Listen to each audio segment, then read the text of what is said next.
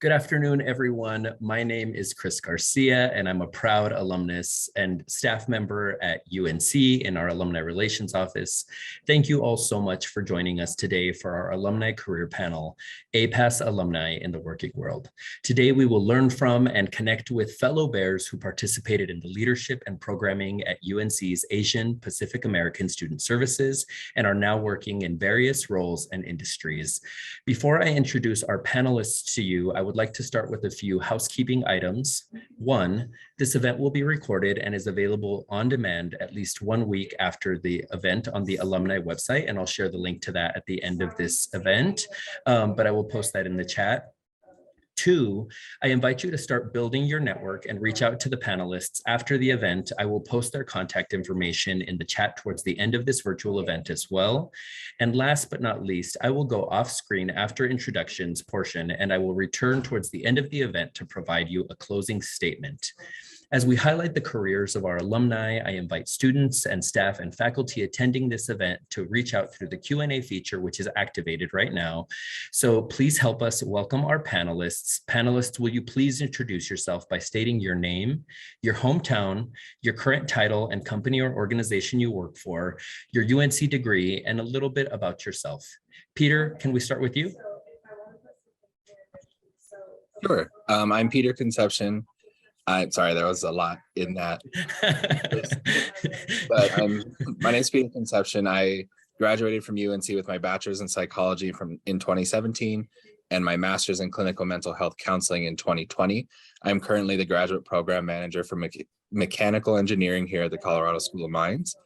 I think I got everything. Hometown and a little bit about yourself. Yes, so my hometown, I'm originally from a small island called Guam. I moved to Colorado when I was about 7 and lived in Westminster, Thornton area ever since.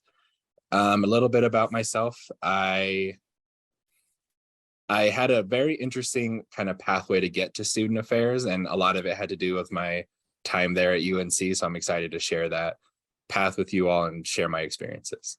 Awesome. Nikki, can you go next?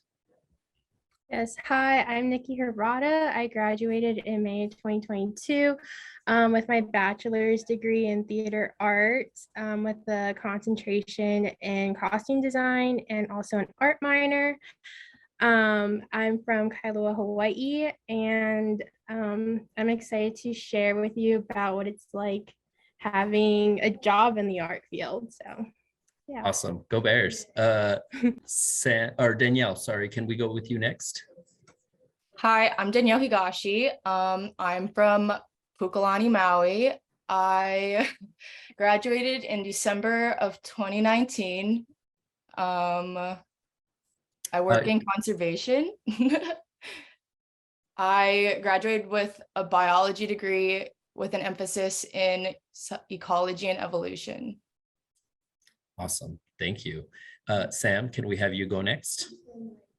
Yeah, absolutely. Good afternoon, everyone. Hello there in the virtual world. My name is Sam Kim. I use pronouns he and him. I currently serve as the Associate Vice Chancellor for Diversity, Equity, and Inclusion at the University of Colorado, Denver. I am a UNC alum 2 times over with an undergrad in biology and a master in public health. And APAS is near and dear to me. I had the privilege and honor of serving as the director in 2009 and 2010. And so I'm so glad to be here with everyone. Thank you, Chris, so much for this invite and coordinating this. I was born in South Korea, immigrated when I was about 1.5 years old. And so I don't remember much. Spent some time in Southern California, and then the rest of my adulthood was in Colorado and still is. So glad to be here. Awesome. Welcome. Megan, can you go next? Oh, you're muted, Megan. Sorry. Good afternoon, everyone. I'm excited to be here. My name is Megan Small. I'm from Mililani, Oahu. I am a proud UNC alum as well. Did my bachelor's in 2001 in communications with a minor in media studies. Did my master's in communication, finished in 2005. I also was a UNC women's soccer player, played all 4 years at UNC. I also was a graduate assistant in the communications department. And I currently am the Associate Director for Residential Life at Alumni School, and I head up all of the operations for our boarding students. So thank you again, Chris, for this opportunity, and excited to sit on the panel with you guys. Awesome. And then last but not least, Kayla, can we have you introduce yourself? Hi, everyone. My name is Kayla Tanaid. I use she, her pronouns. I currently serve as the Assistant Director for the Multicultural Engineering Program here at the Colorado School of Mines. Graduated from UNC in 2016 with my bachelor's in audiology and speech language sciences, very, very long degree, with a minor in communication studies and a master's degree in 2018 in higher ed and student affairs. I'm from Pearl City, Hawaii, on the island of Oahu, and yeah, I'm very excited to be on this panel.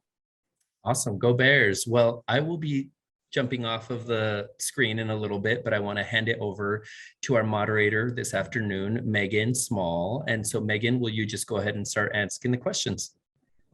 See y'all later. Great. Thank you, Chris. All right. So the first question I'm going to go ahead and ask is what experiences, involvements, or coursework from your time at UNC led you to your current role? I'm going to go ahead and start with you, Peter.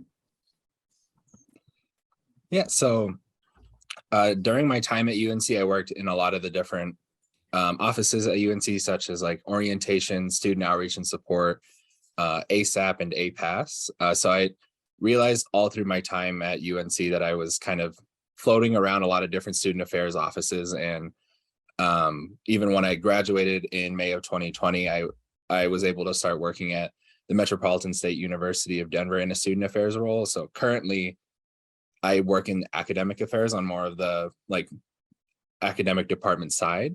And I realized that in order to help best serve students, I wanted to be able to know both sides, both student affairs and academic affairs, because that's kind of what encompasses a student's experience at a university. And so I did a lot of student affairs moving through college, and it kind of pushed me towards like, I want to know more about the encompassing student experience itself. And so that's what led me to this role right now.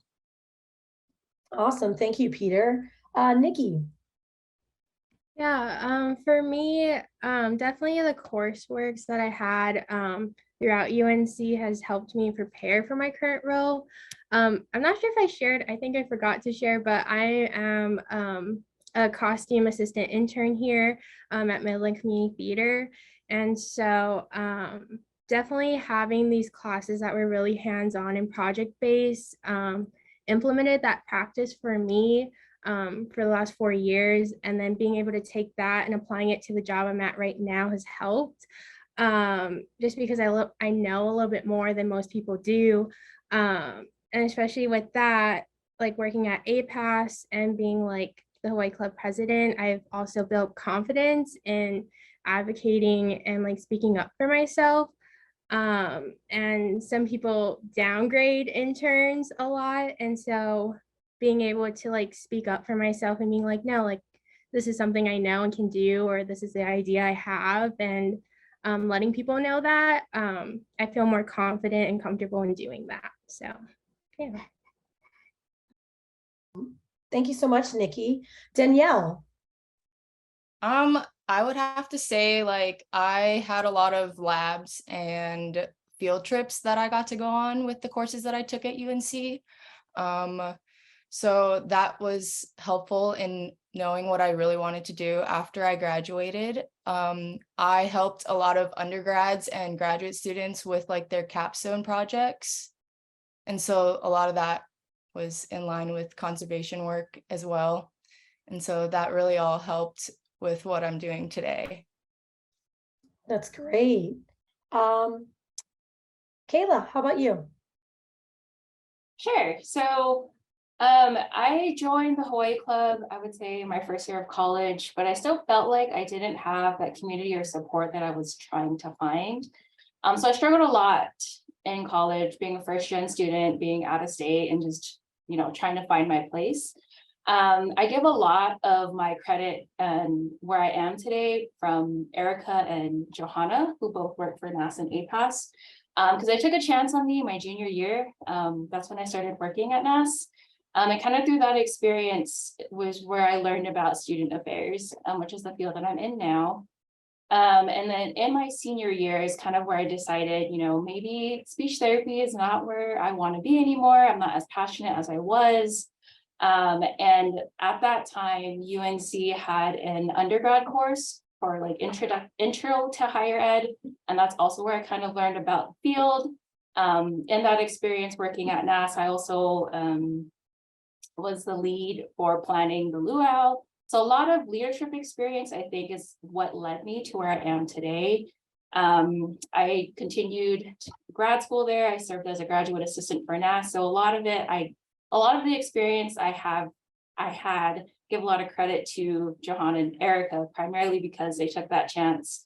And now in this role that I'm in now, it feels very full circle because work in a similar house, work at a multicultural center, and really being able to give back to students in the way that Erica and Johanna gave me that chance.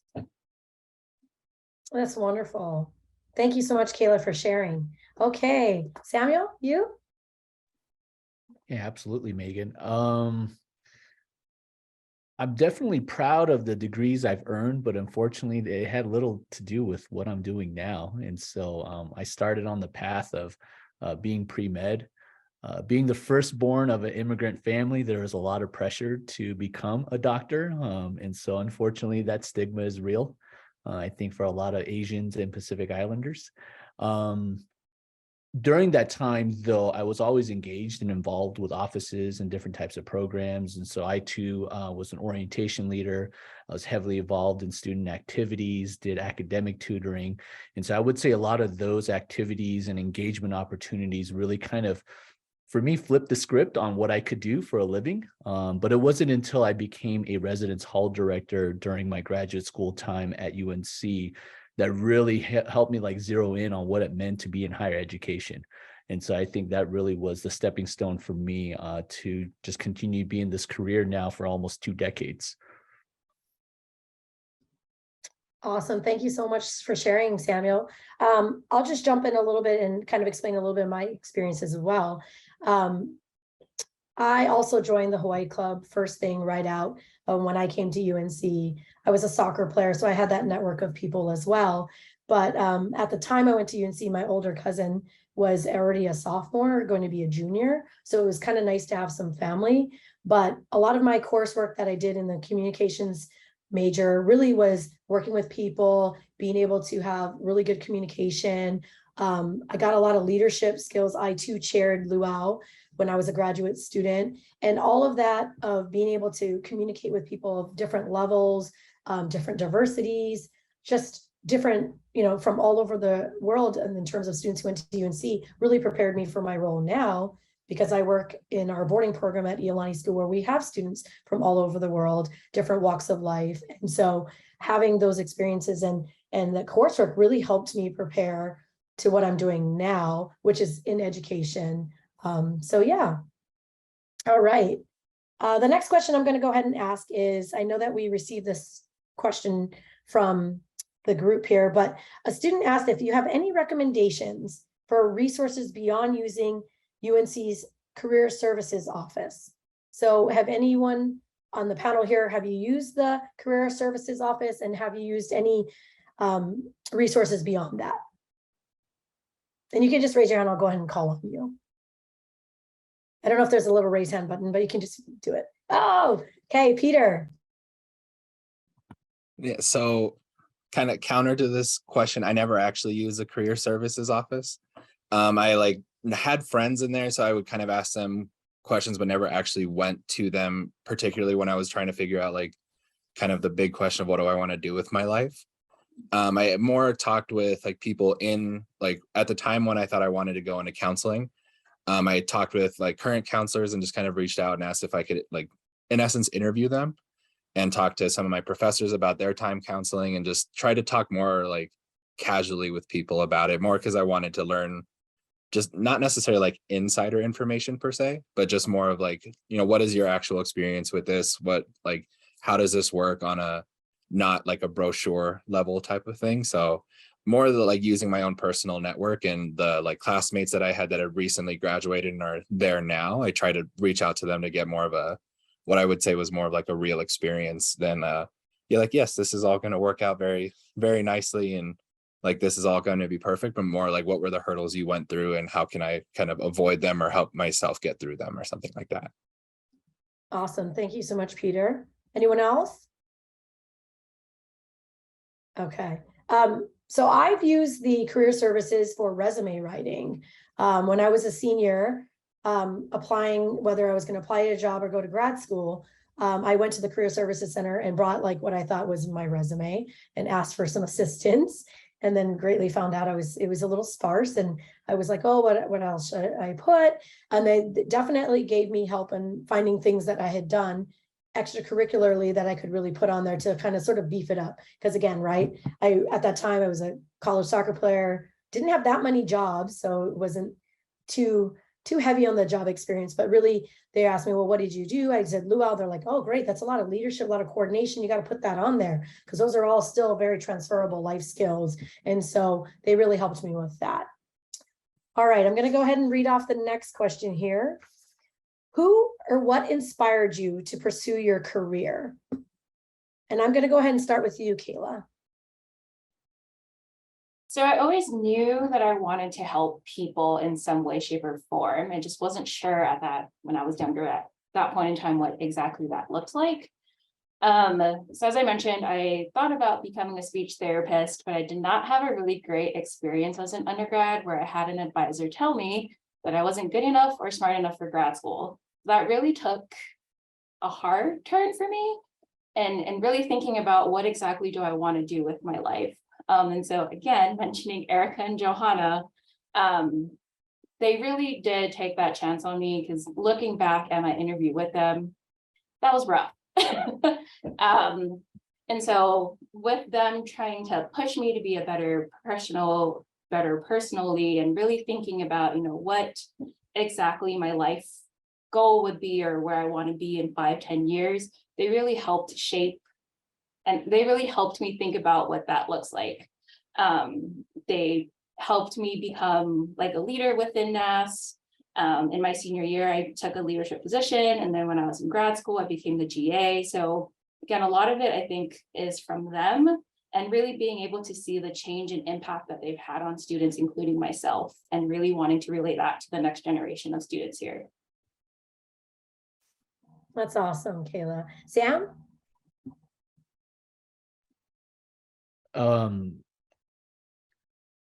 I want to say my family was instrumental. When our family immigrated from Korea to the United States, my grandfather on my dad's side essentially gave up everything. He had a very illustrious career in the Korean military and armed services, and he put all that behind him and moved us to this country, knowing that we would have a greater opportunity here. And so when I look at my work, I look at my family, I look at my grandparents, I look at my daughter now, and selfishly, I continue to be in higher ed because I know one day that the students that I'm working with will be the next president of our country, could be the next school principal, could be the next police officer. And these individuals are going to impact not just my life, but the lives of younger ones like my daughter. And so if I can do anything to help shape what our future can look like, especially in this country, I will do it selfishly for my family and for others. And so that's what continues to keep me motivated in this type of work.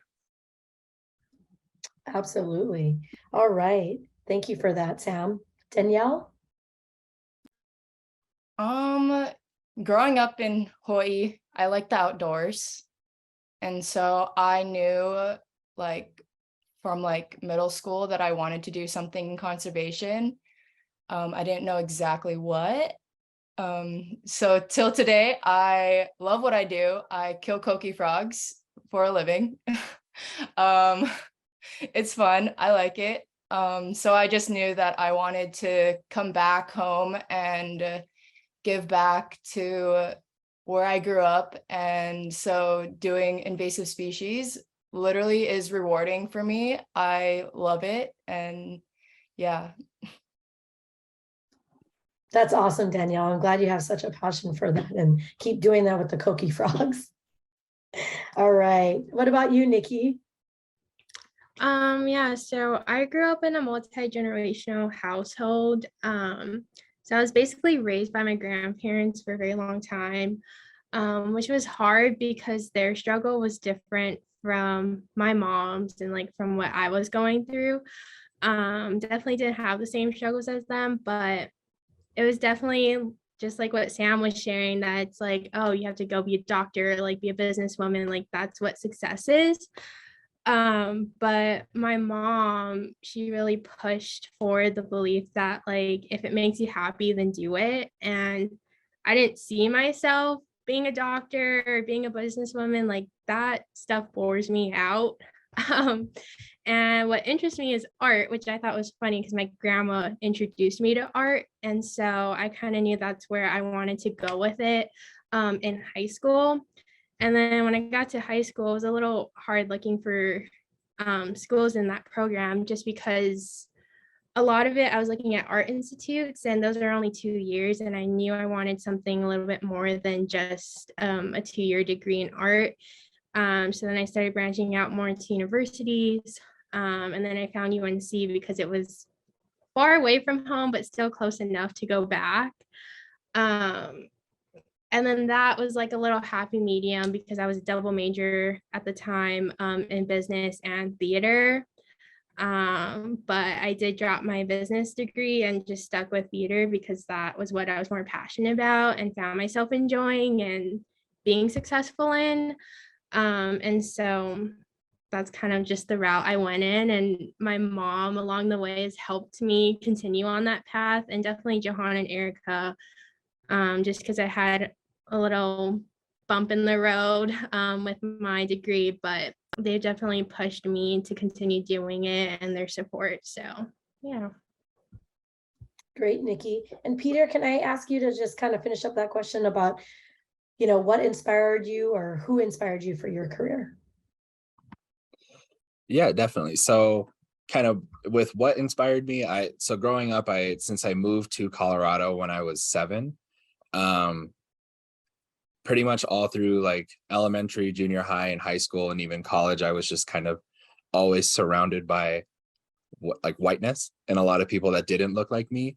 And so whenever like even in high school, kind of similar to what Kayla shared, in high school, I told someone that I like wanted to go to college and I wanted to do all these different things. And they told me the same thing, that I would never make it through college. They told me I'd be lucky if I got like all the way to the end of high school. And so kind of out of spite, I needed to go get a master's. And so I like really my goal through working with students and working even here at the Colorado School of Mines, I always wanted to just be the person that I didn't necessarily have going through undergrad and graduate school. I wanted to be the person that kind of encouraged students to go and pursue what they wanted to do, whether it be like graduate school itself or just going off to get a job right after undergrad.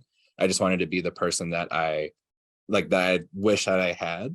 And then like in terms of who actually inspired me, I'm going to also echo what Nikki and Kayla said, and that Johanna and Erica really inspired me and kind of showed me how to do it properly and have a more student-centered approach to things. Because when I first started working with Erica and Johanna, I in essence almost fired myself. I was kind of talking myself out of a job really well. And then they just kind of stuck with me and helped me be better and see that I had all the skill sets that I needed. I just wasn't employing them correctly. And so they really showed me how to they really showed me how to pull the strengths out of someone, whether they like it or not. Awesome. Thank you so much, Peter. All right, I'm going to go ahead and move on to the next question, guys. Is it possible to land a good job that has to do with your major right after graduating? And if so, what steps would you recommend students take now to help ensure a successful career launch? And I'm going to go ahead and start off with you, Sam. You got to get out there and hustle. I'll say that just from the get-go.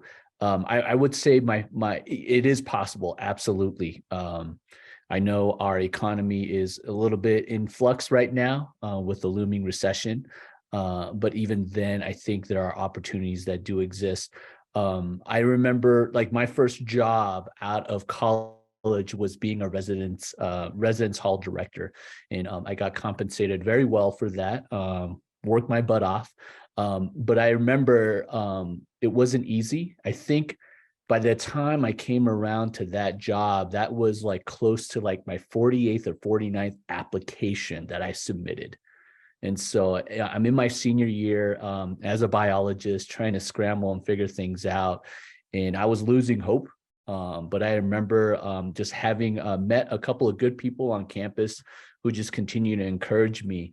And so it took 48 or 49 applications, but I was able to land that job and literally walk away $0. I owed nothing to the university after I received my master's. And so I think it is possible, but you have to just get out there, make those connections.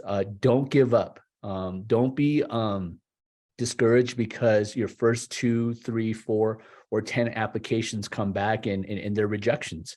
That's just the economy that we're living in. And if you're fortunate and blessed enough to get a job from the get-go, hold on to it for a little bit. I think a lot of folks that I see, folks as in recent college graduates, they feel like that first job has to be that perfect job. And I would not say it has to be perfect. I would say, make sure it's something that you enjoy doing somewhat. It gives you a decent paycheck, but most importantly, like it's giving you the experience that you're looking for. And if you can do that, I can guarantee you that you will continue to build and progress in your career appropriately.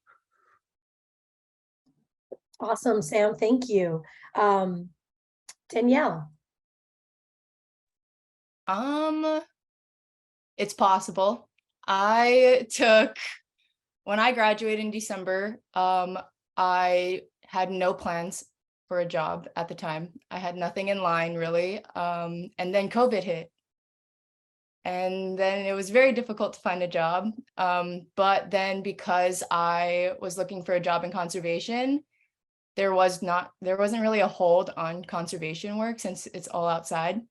And so I ended up finding it pretty fast, I guess. It took 6 months, but I got a job decently fast. I would just start looking earlier, I guess, so that you know what's out there and you know where you want to go after you're finished with school and everything.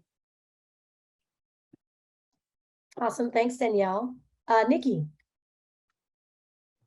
Yeah, it's definitely you are able to find a job after you graduate.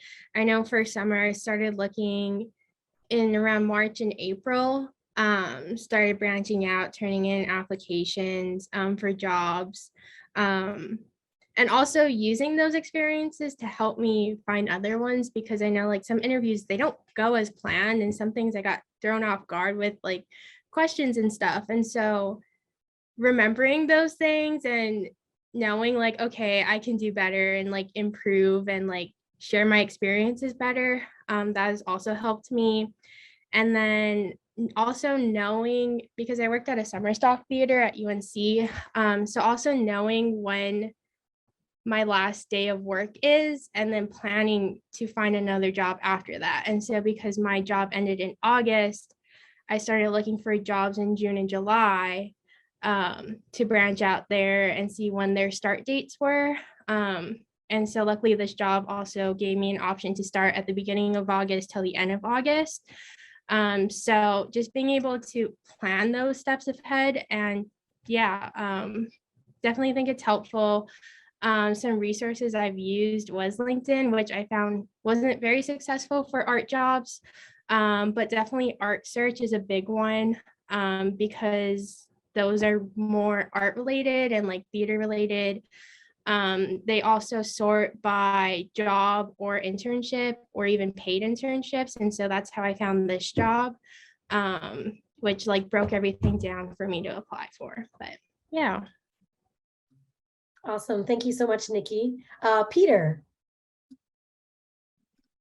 So I struggled to get a job right after I graduated, but that was because I graduated in May of 2020. So nobody was hiring for the first 3 months that I did graduate. But as soon as all of those hiring freezes unfroze, I guess. I would just kind of echo what Sam was saying, in that like I think I put out like 20 different applications, and it wasn't until like 17, 18, 19, and 20 that people finally said like, yeah, I'd love to interview you, or like you made it to the second round. It took a long time. And I always kind of took every rejection as kind of a learning moment of like, okay, what I would reach back out and ask, like, was there something I could have done better? Was it my interview? Was it my materials? And like, I think that's one of the things that I would tell people is if you get a rejection letter, you can always ask them like, can you give me any feedback to make my next application better? And most people are willing to help. And so just like kind of continuing that process of just keeping on applying, and keeping like, even if you get rejected from one area of a company or a university, I kept checking with the different universities that I was applying to, and kept applying to different jobs at the same time. Great. Yeah, I would echo exactly what Peter said. Don't stop and ask for feedback. One thing I would also keep in mind is that sometimes it may not always be the position that you're looking for, but people who are interviewing may think about you for a different position. And I've seen that within my own career. People are saying, maybe not such a good fit for this position you applied for, but we actually think you would be a really good fit for a position here. It's not quite opening up yet, or we'd love to keep you in mind if that's okay. So that's one thing to keep in mind too, is that maybe it's not necessarily exactly the position you're looking for, but maybe the company as a whole you like. Just keep your options open, because something down the line could open up, or they could remember you and say, hey, remember we interviewed with that great guy, Peter, I wonder if he'd be interested. And don't be surprised if people do call you back. I would also say, don't be afraid to network, but not really realizing you're networking. My first job out of UNC, I actually got, and I was actually working, and somebody came in to where I was working, just was chatting with me, asked me a little bit more about Greeley. And at the time I was, had lived there for 4 years as a college student, kind of just was engaged with this person, had a great conversation, and came to find out she actually was a recruiter for State Farm. And that was the reason why she was there. And she said, oh, do you know about State Farm? And we got to talking, and she was like, well, what year are you? And I said, oh, I'm graduating in May. She's like, well, have you ever thought about working at State Farm? And I'm like, well, no. I'm not a business major. I'm a communications major. And she said, well, you're a great communicator. I think you would be a wonderful for this position. And that's actually how I got my first job. It was actually informally that I wasn't even thinking about applying to that. And she actually said, here's my card. Please call me. I'd love to chat. She was in town. I ended up having an interview like within that same week and was offered a job. So just, again, sometimes it can happen non-traditionally. So keep your options open.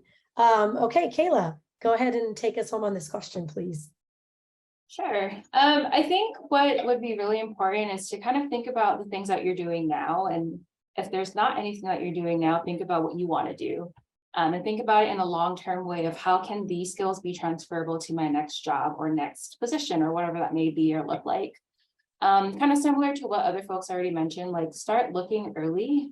Similarly, I think I started looking around like January of my senior year, and then started prepping kind of throughout that semester. And I think what's really hard with applying to like 20, 30, 40 job applications is the rejections, of course. And I think really, really important to think about really important to think about is to give yourself grace. Because I think oftentimes when we get rejections, we're really, really hard on ourselves, but it's okay.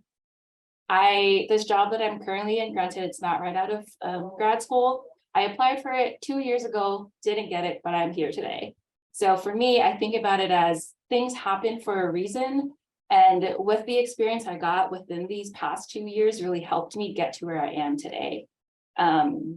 Another thing that I can also think about too is try not to compare yourself to other people when you are applying to jobs, because sometimes your classmate or colleague could be getting like 5, 10 interviews and you just got that one. That one is still a win, regardless if it's just one. So really be patient with yourself, give yourself grace, and lean on your support system to really help you navigate through that. Thanks so much, Kayla. Okay, next question I'm going to move on to is, what professional development or training have you participated in since completing your degree? And Kayla, since we ended with you, I'm going to go ahead and start with you. Sure. So I've participated in a few professional conferences, I would say. So one of the conferences I can think of is APAHI. So that's the Asian Pacific Americans in Higher Ed. I've gone to NASPA and ACPA, which is professional orgs for higher education. At the schools that I worked at, they had kind of different professional development conferences with a focus in diversity, equity, and inclusion. And in my first job out of grad school, I also was able to get some training to become a financial coach, or coach financially, I guess I should say. Yeah, those are kind of the things that I was able to do. Awesome. What about you, Peter? So a lot of the trainings and professional development I've been a part of has been very related to like the position at the time. So I think for about a year's worth of time, I was trained and certified to be a public benefits guide in essence, or a coach. So I was able to enroll like any kind of citizen in Colorado for public benefits. I've done a lot of like the same kind of things that Kayla was talking about in terms of like a lot of the DINA trainings from the university, a lot of identity workshops and things like that. Just kind of constantly trying to do as much professional development that I have, but a lot of it is just more specific to my job. And I'm always kind of constantly asking my supervisors or any more that I can do. And he or they will be able to kind of suggest things to me in terms of like, this is what you could do to maybe better this area, like admissions recruiting or something like that.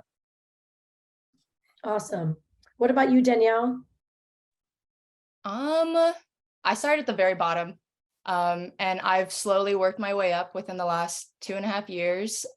So currently I'm the stand-in crew leader. To get me where I am, I have done multiple trainings online for leadership and stuff so that I can lead the crew that I have today. Yeah. Thank you. And then Sam. Kayla, I just attended my first APAHI conference this past spring. It was phenomenal. CU Denver is an emerging Anapeasy. And so I met a lot of great people. So I'm glad you mentioned that. Unfortunately, I go through a lot of trainings and a lot of professional developments in my current role. So I'm not going to bore people with those details. But I remember during my senior year, my undergrad, and through my master's program at UNC, something that was really helpful in my own development was volunteering. And so I volunteered at the local Boys and Girls Club. I volunteered at NCMC, which I think is still the main hospital at Greeley. And then I volunteered for different dentists. And through those opportunities, I received a lot of training. Unfortunately, professional development costs money. Not to say all professional development costs money, but the ones that provide you with certain credentials or certifications aren't usually free, right? And so if that's a barrier for you and you don't have that in your current place of employment, volunteering, I think, would be my recommendation. Get out there, look for organizations that might not even be in alignment with your career, but things that maybe you're just deeply passionate about. And so for me, working with at-risk youth within BIPOC communities was something that I hold near and dear to me. And so I did a lot of hours at the Boys and Girls Club and received a lot of free training, things that I still use today when I'm developing programs and working with college students. And so get out there and volunteer if you're not doing that already. Awesome. And Nikki, I know you just graduated recently, but were you able to do any kind of professional development or any training since you have graduated? Yeah, so definitely my first contracted gig has helped a lot in preparing me for the skills I need for this job. And then on top of that, I do get to work with volunteers on Tuesdays and Thursdays as they come and go, just like teaching them how to do things. And also like having that leadership role of like also telling them like, hey, like these are our things that we need to get done. So being able to do that has also stepped me out of my comfort zone. And that's just something our theater company here does. On top of that, I've been spending some of my weekends in Odessa, which is like 30 minutes away from here, helping a friend at their college in the costume department. So also just like taking time to build those connections while also like volunteering and like expanding my knowledge. Great. Thank you so much, Nikki. Kind of a follow-up to that professional development question. For those of you who went to graduate school, can you share a little bit more about the path that you took and how did you end up choosing a graduate program? So, yeah. I don't know, Peter, Kayla, or Sam, if you guys want to answer, or I can go ahead and answer as well. I'll defer to you guys. You can just raise your hand. I could jump in. Great. So I recently, I talked about my master's, but I recently earned my doctorate at the University of Colorado, Denver. And a big selling point for me was utilizing the tuition benefits that the organization provided. And so something that I think folks can relate to is, and you don't need to be in higher education, right? Look for an organization that offers some sort of benefits package that says, hey, we'll pay for a certain amount of tuition. There are plenty of companies out there that still offer that. And because of that reason, I felt guilty not utilizing it. And so I got about almost 50% of my tuition covered while I was earning a doctorate. And so that's how I did it. And I would recommend it to anyone else. If they can find an organization that helps cover college tuition, especially for advanced degrees, find that organization and consider that, right? Weigh it, because I know sometimes salaries might not be as competitive as you want them to be, but also take a look at those benefits package to see what that company offers. And there might be like a little hidden gem there. Great, Sam. Yeah, I'm going to jump in and kind of a little bit follow up to what you said. At the time I knew I wanted to go to grad school, I was working full time and I wanted to, stay within the area. And I was talking to my professors who I had in undergrad who actually still taught all the graduate level communications classes. And they're like, hey, we might have some graduate assistant positions open. Would that be something you're interested in? That would help with your tuition. And I told them, well, I still kind of want to work full time because I want to kind of continue to maintain my years with this career because I'm not sure if I want to stay in it or not. And they're like, yeah, these classes are all at night because majority of those teachers taught in the daytime. So they're like, we only can offer classes from 6 to whatever. And I was like, oh my God, that'd be perfect. So yeah, utilizing, resources, talking to a lot of your current undergrad teachers and talk to them a little bit about what you want to do for your postgraduate. And, depending on what you're doing career-wise, they can also tell you what other things that you could do that are still in your area, but maybe perhaps that would more align with what you're currently doing. Kayla or Peter? Sure, I'll jump in. I think what really helped me choose my path alongside working at NAS was that intro to higher ed class. That really helped me kind of figure out if this is really what I wanted to do. And in addition, kind of what both of you, Sam and Megan, mentioned with the finding tuition benefits. What I really enjoyed and liked about my graduate assistantship is that they covered tuition and fees. Not all of the fees, so just something to think about too. But it was still something that was manageable for me. So when you're looking at grad schools too, think about that. And if you want to relocate, right? Something else to think about. So I picked UNC particularly because I graduated the same year that my brother graduated. And so moving in that summer was not realistic for me. I already had a network at UNC. I already was comfortable with the people there. And so it just kind of made sense for me to stay those 2 extra years and gain the experience that I wanted and needed for my professional role. Thank you so much, Kayla. Peter?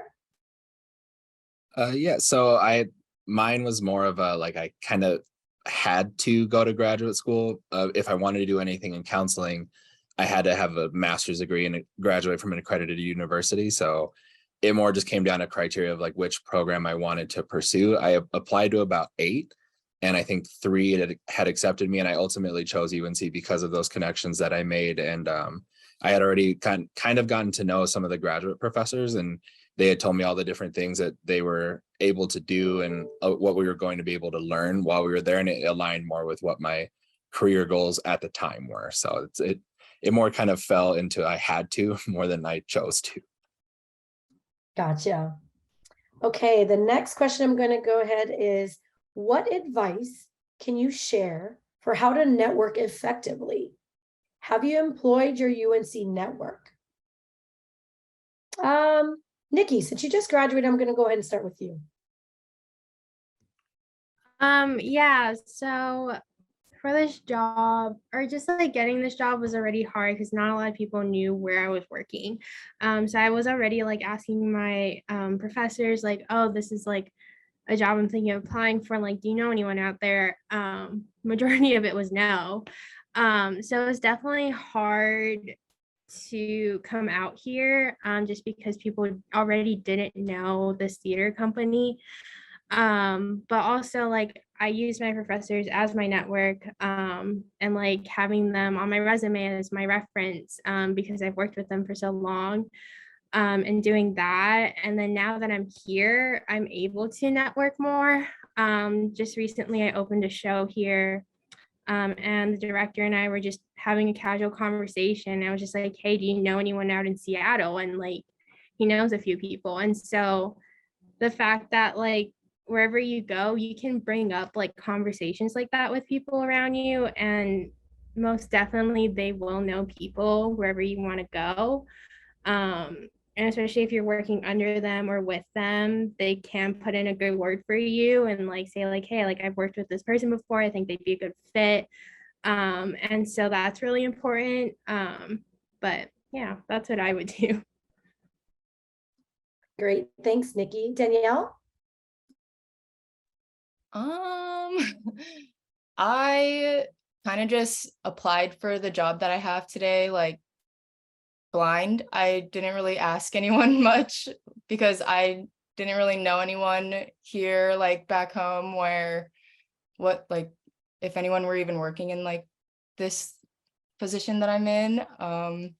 So it was all kind of just out in the open. But now we do a lot of networking because the work that we do, we need a lot of people. And so we do a lot of networking, like bringing in community members to help assist in the work that we do. We also do networking to be able to get people to like apply to work with us. It's like it all fluctuates though. So yeah. Sam? I would add to what my colleagues have shared, and suggest that be in the mindset that you are always interviewing. With every interaction, especially those in-person interactions, you just never know who you're going to meet.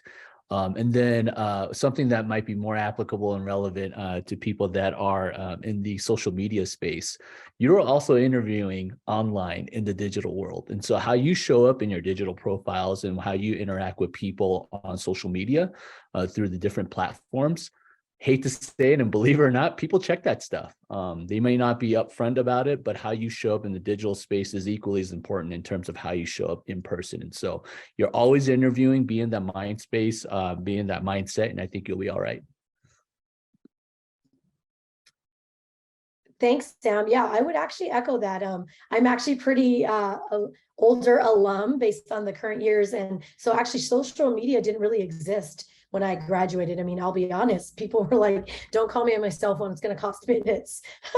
But I would definitely say that for sure at this generation is just really taking a look at your global, your at least your digital footprint, and really knowing the mindset at any point in time, someone can check that. And I would definitely say, absolutely, just always be aware of like how you're presenting yourself in whatever situations, because you just don't realize that maybe you're at a social function, maybe you're at some dinner and you don't realize how interconnected people are, especially when you start to get to a career place where people are in similar positions.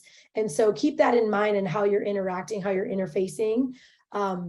You know, because again, right, this might be somebody that you might be interviewing with or applying for a similar job to once you start getting into really what you're wanting to do post your career, 5 years, 10 years.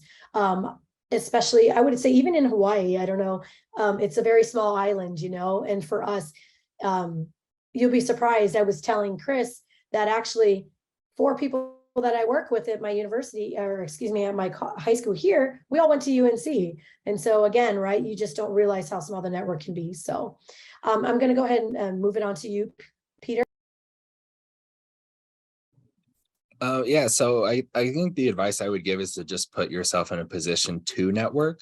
And so like working at a university, there's a lot of random events that happen. So I try to go to as many of those as I can, whether it be like retirement parties for someone that I met once. There might be other people there that I need to meet. Mine's is kind of a very unique setting where our president teaches classes here and is always on campus. So I always just wave or say hi to him while he's there.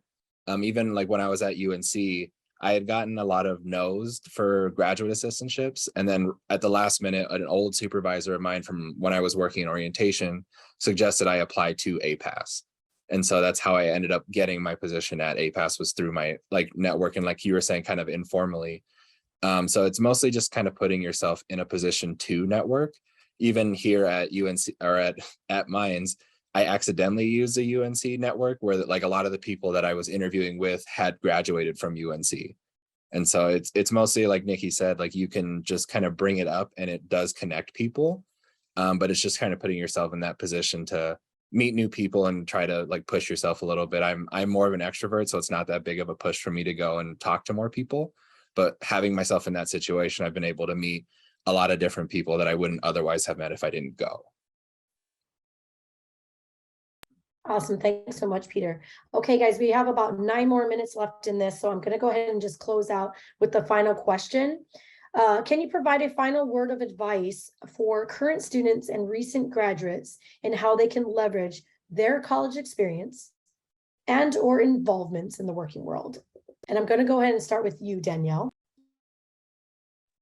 I would just get yourself out there and do like internships or job shadow, like in whatever career that you want to be in when you finish school. Everyone starts at the bottom and works their way up most of the time. So there's no like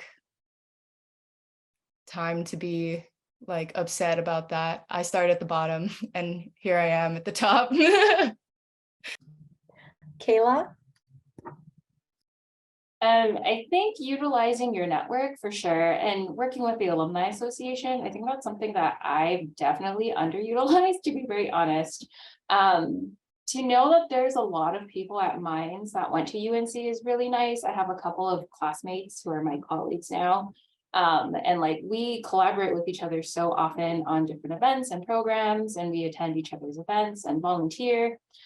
So I think that's important. And I think what's also important is think about ways that you can tie your experience and involvement into the working world. So for example, if there's a committee or like a board position that you're interested in, go for it. Worst case scenario, they say no, but at least you put yourself out there to try.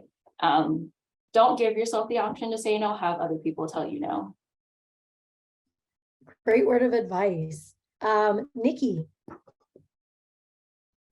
Yeah, definitely. I'm in an internship position, and so that has definitely helped me a lot. I recommend doing it because there's so much more you can learn outside of college. And there's only so much they can teach you in college. So that has definitely helped me.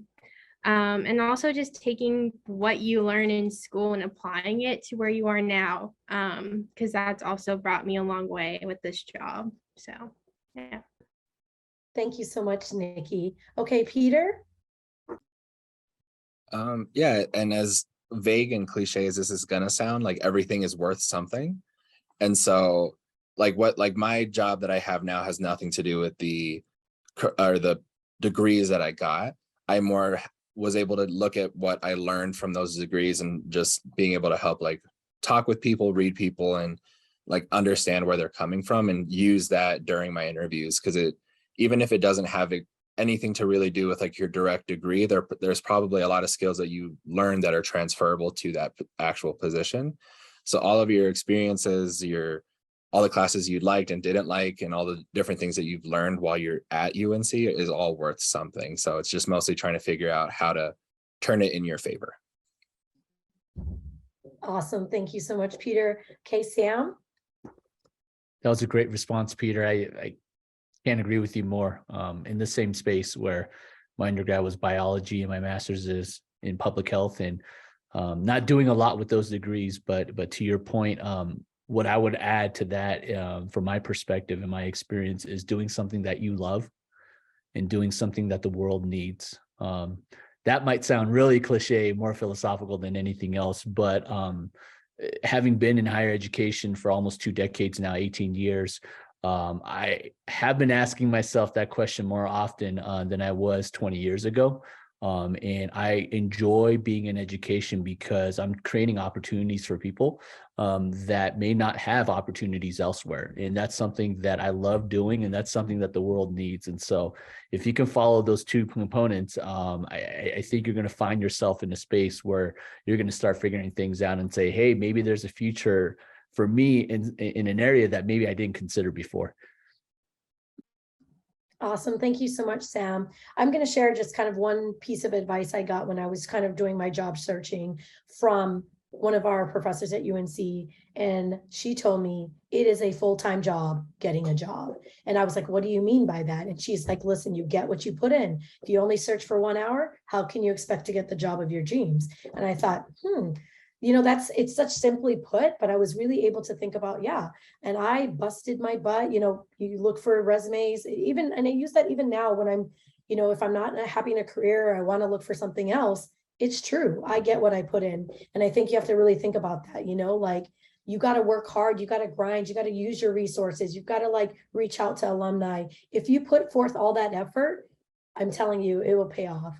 So I want to thank all of my colleagues today. UNC alumni, thank you for sharing your time. And then I'm going to go ahead and hand it over to you, Chris, to close us out. Awesome. I mean, I just want to give you all a round of applause. It's been such a pleasure hearing your experiences and kind of guiding yourself through the working world. Before we close, I do have one story that I want to share, and it's kind of a thank you to Sam Kim as well. When I was looking for my master's program, I ran into Sam and another alum named Violeta Garcia at the UC. When you're walking up those main stairs, you're kind of walking in that direction. And I saw them at the top of those stairs, and they were having a conversation, and I was really kind of confused at which direction I should take when I go into my graduate program. And Sam asked me the following question. And so maybe ask yourself the following question if you're looking to get a degree. He said, how will this degree differentiate you from the other people applying for the same position? And that simple question sent me in a direction that has really guided me towards the career that I have today and the pathway that I have today. So I just want to say thanks again, Sam, because now I'm here and I get to connect with all of you.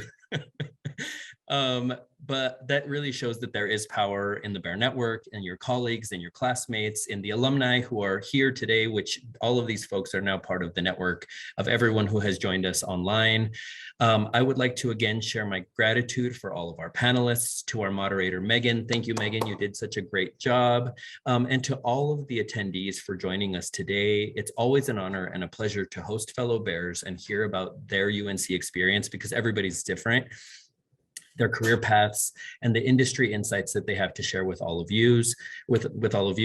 If you want to learn more about upcoming career panels, please visit us at unco.edu/alumni/careers. Again, that's unco.edu/alumni/careers.